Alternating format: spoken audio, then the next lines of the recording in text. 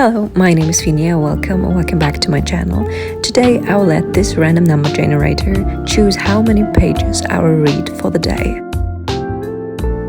Today is Wednesday. Yes, I'm not starting this week on a Monday. I'm starting on a Wednesday because for the rest of the week I can work from home, so I have much more time just to not fool anyone here. And currently I'm reading Assassin's Blade on my Kindle by Sarah J. Maas. So I'm going to spin the reel for the first time and see how many pages I read today. So we have the options between 20 and 200 pages with 20 steps in between, and we're going to spin it. Okay.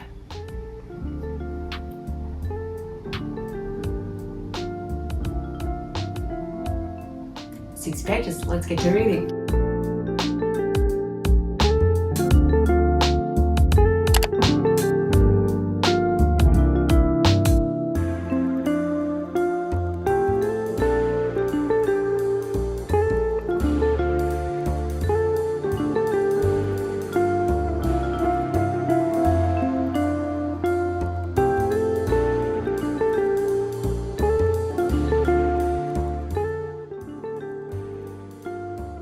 Day 2. Good morning. I'm currently making some tea for myself, and yes, I'm wearing the same PJs as yesterday. I've already read like a little bit like yesterday very late at night and today in the morning, so now I'm gonna see how much I'm gonna read for the rest of the day. A few moments later. Alrighty, I have my laptop right here and we're gonna see how much I read today. I'm not as nervous to get like a high number because I don't have any work to do today, so I can really just read whenever I want to. So yeah, let's see. 160. So basically 100 more than yesterday. I think I can do that actually. I think I can do, and I really want to get through this book so I can read some more books in this vlog. So yes, let's get to it.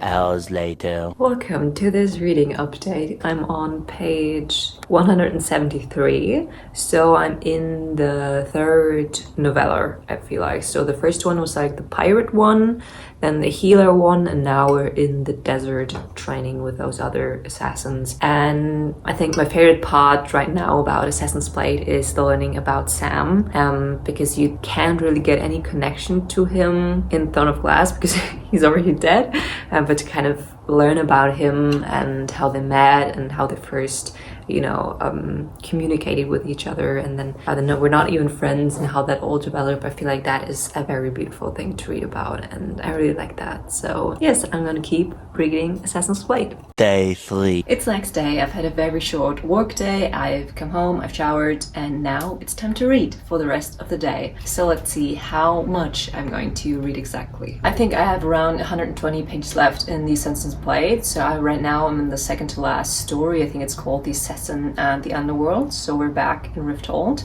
And I do really want to finish this book today. So I hope I just get a large number so we can start a fresh book tomorrow. So let's spin the wheel. I really hope it's going to be a large number so I can just finish the entirety of Assassin's Blade today. I guess that sounds good. So we're definitely going to finish it today. So yes, I will see you for my review of the Assassin's Blade. Later. Well, it's 2 days later. I'm sorry. I did spin the wheel yesterday and I did read yesterday, but I just didn't get any talking content, and I read a manga in one go. But first I want to talk about Assassin's Blade. I have finished it and it has wrecked me. I am in tears. I didn't expect Sam's death to haunt me that much. I don't know how it happened, because I went into the Assassin's Blade knowing, okay, he is gonna die in this book, and then he did, and it still broke my heart because I got so attached to him over the novellas, even the ones that he was not even in.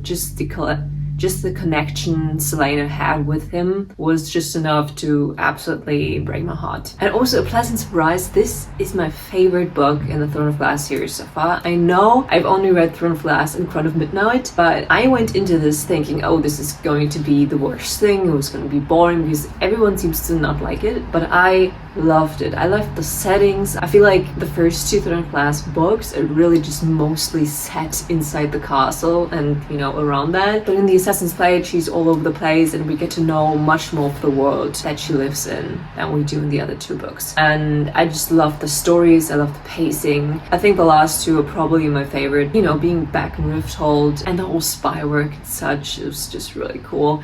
But I loved all of them. I think every one of them served their purpose, was different in its own way, and yes, Assassin's Blade was amazing, and I didn't expect that to happen. And now I'm actually really excited to keep reading in the Throne of Glass series, and I think now it's getting colder. I just enjoy fantasy more, and yes, the Assassin's Blade really did kickstart my love for Throne of Glass, I feel like. So let's talk about Kaiju number 8. This is a manga series taking place in Japan, and we live in this fictional world where kaijus, that are kind of monsters, attacking the cities, and they have like special powers. They come in different sizes and different powers and stuff, and we follow Kafka Hibino. He is part of the cleaning crew. So we have the like elimination crew. I'm reading it in German. This elimination crew that basically kills the kaijus, and then afterwards, when the whole city is full of kaiju flesh and blood and organs, we have the cleaning crew that sweeps in and cleans the whole place. Kafka is 30, so pretty old actually for a manga protagonist, but his dream was always to be part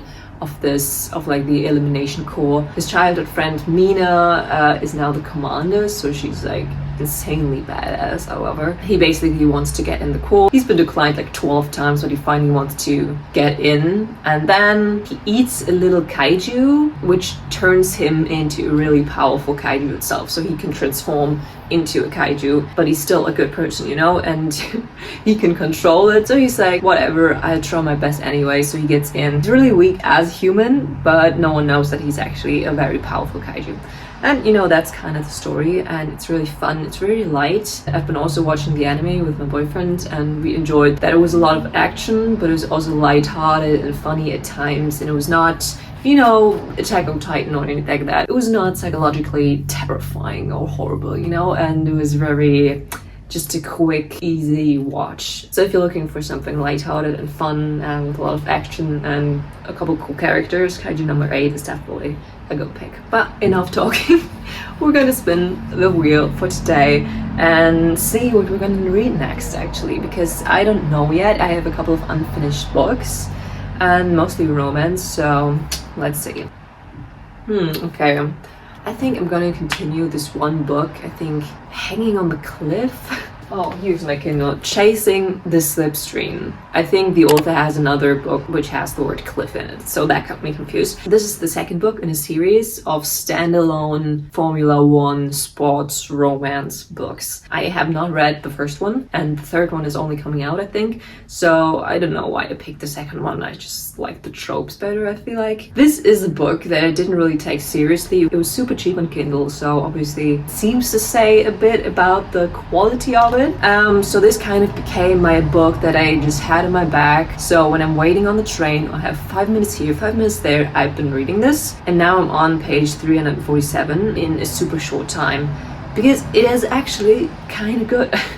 I didn't expect that. It was actually kind of cute. So it's all about Formula One, and we follow our main character. She's a publicist for a driver, and then she kind of gets transferred to be the publicist of the other driver in the same team, and they kind of hate each other. They had this feud going on for ages, and the reader doesn't really know why at all, which is kind of weird. They don't really hate each other. It's just a lot of banter, and they have their differences, and then they have to kind of make it work. Trope-wise, it's kind of enemies to lovers, but not really. I feel like it's mostly bickering, sarcastic banter and stuff like that. It's not really hating each other's guts. Also a bit like Grumpy Sunshine. I feel like he's pretty grumpy, she's pretty sunshine. It's pretty spicy, to be honest, but the spice isn't in every sentence of it. I've read books where it's like in every word and sentence and page it is clear that's the only thing they want from each other,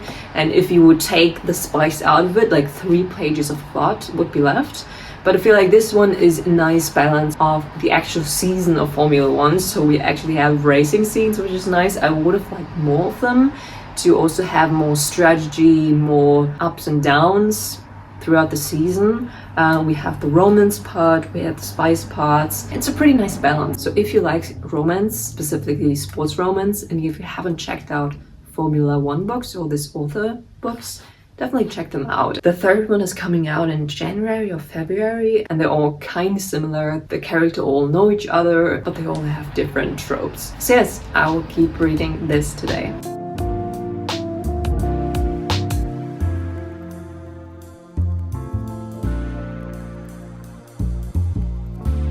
Finally, I have finished Chasing the Slipstream, and god, that was long. My Kindle told me it would take me 2.5 hours to finish it, and I finished it in 1. Not because it was super addicting, but my Kindle likes to underestimate me, and I finished it in 1 because I really wanted to get over with. I don't think any romance book has the business of being that long, like over 300 pages. What do you have to say? And I don't even know what happened in this book that made it that long. It was just really banter here, then some spicy scenes, then some, oh, we have feelings and we like each other, and I think it was just too much. So yeah, I gave it 3.25 stars because I did in some way enjoy it. It was not a pain to read it, but it was also not super enjoyable. It was great to waste some time, you know, if you have a spare minute here, a spare minute there, then that is great because it doesn't challenge your brain in any way. It was just all so cliche. I mean, Rowan, who has his daddy issues and just doesn't know how to love and be loved, and he just doesn't deserve it. And then we have Avery, who's such a nice girl that, you know, people take advantage of her, and they're so cliche, but somehow it worked, you know, and they lived happily ever after, of course. But the Formula One aspect, I think, was lacking like a lot. Like, we don't even know how the championship ended up going. Like, we had several scenes in the beginning and in the middle of him racing, of him trying to get better and trying to overcome his inner demons and, you know, finally enjoy the spotlight. But then the romance wrapped up, and then we have the epilogue 3 years later, and we never find out, did he become world champion? Did he win anything? So in the end, it did really feel like that the sports romance was really just a vessel for a romance story with no real focus on Formula One driving, and that was kind of what annoyed me a little bit, because I hoped that it would be a bit more focused. So for people who watch Formula One like I do, can get that piece of cake, you know, and that just did not happen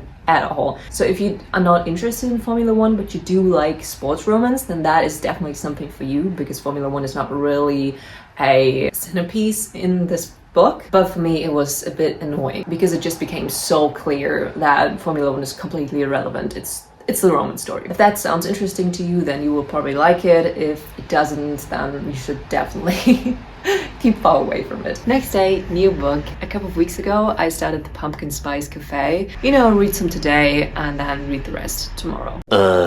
So it's been hours later and I have not read one page, and I just noticed that tomorrow and the day after I will be busy, so I will not be able to read or even finish the book. So I just decided to end this video here. It hasn't been for a week, but I don't really care. I'm sorry. I hope you enjoyed this video. If you did, please subscribe, leave a comment and like the video, and yes, have a nice week.